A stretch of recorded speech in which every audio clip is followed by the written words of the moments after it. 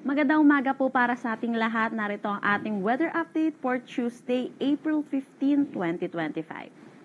Wala pa rin naman tayong minomonitor na anumang bagyo or low pressure area sa loob at labas ng ating Philippine Area of Responsibility.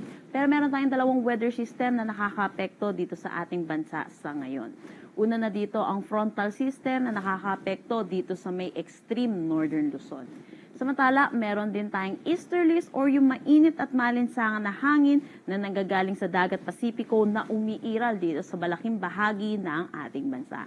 Ito rin po yung nagdadala sa atin ng mainit na panahon. Para sa ating panahon ngayong araw, inaasahan natin magkakaranas ng maulap na papawirin na may mga pag-ulan dulot nitong frontal system dito sa may Batanes, Cagayan at Apayao.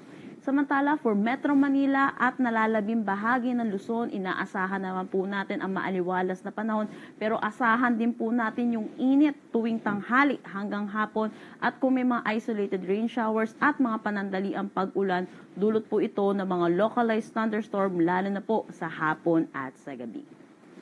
Agwat ng temperatura for Metro Manila 27 to 35 degrees Celsius, Lawag 25 to 32 degrees Celsius. For Tagagaraw, asahan natin ang 25 to 34 degrees Celsius, Baguio 18 to 25 degrees Celsius. For Tagaytay, 24 to 33 degrees Celsius at Legazpi 24 to 32 degrees Celsius.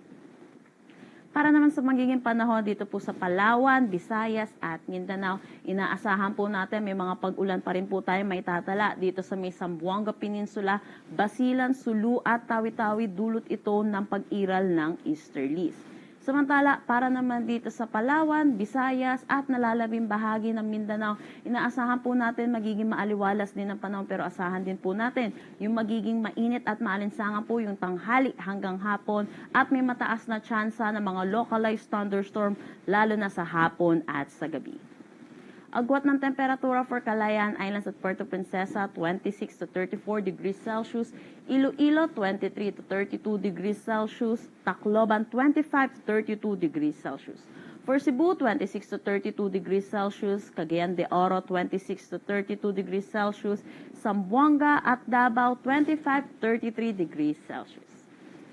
Para naman sa heat index natin ngayong araw dito sa Metro Manila, possible ang maitala natin ay 40 degrees Celsius. Samantala, ang pinakamataas natin na possible madama ay 43 degrees Celsius dito ito sa may Sangley Point, Cavite City, Cavite, Puerto Princesa, Palawan, Birac, Catanduanes, Dumangas, Iloilo, La Granja, La Carlota, Negros Occidental. Kumikita po natin, danger level po ito. So iba yung pag-iingat po para sa ating mga kababayan dulot po netong init ng panahon. Stay indoors po, lalo na po sa tanghali hanggang hapon at uminom po ng maraming tubig. Wala rin tayong nakataas na anumang gale warning sa anumang seaboards ng ating bansa.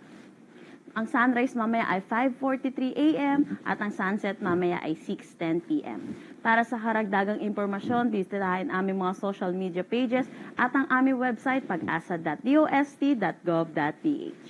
At yan po muna ang latest dito sa Pag-asa Weather Forecasting Center. Chanel Dominguez po at magandang umaga.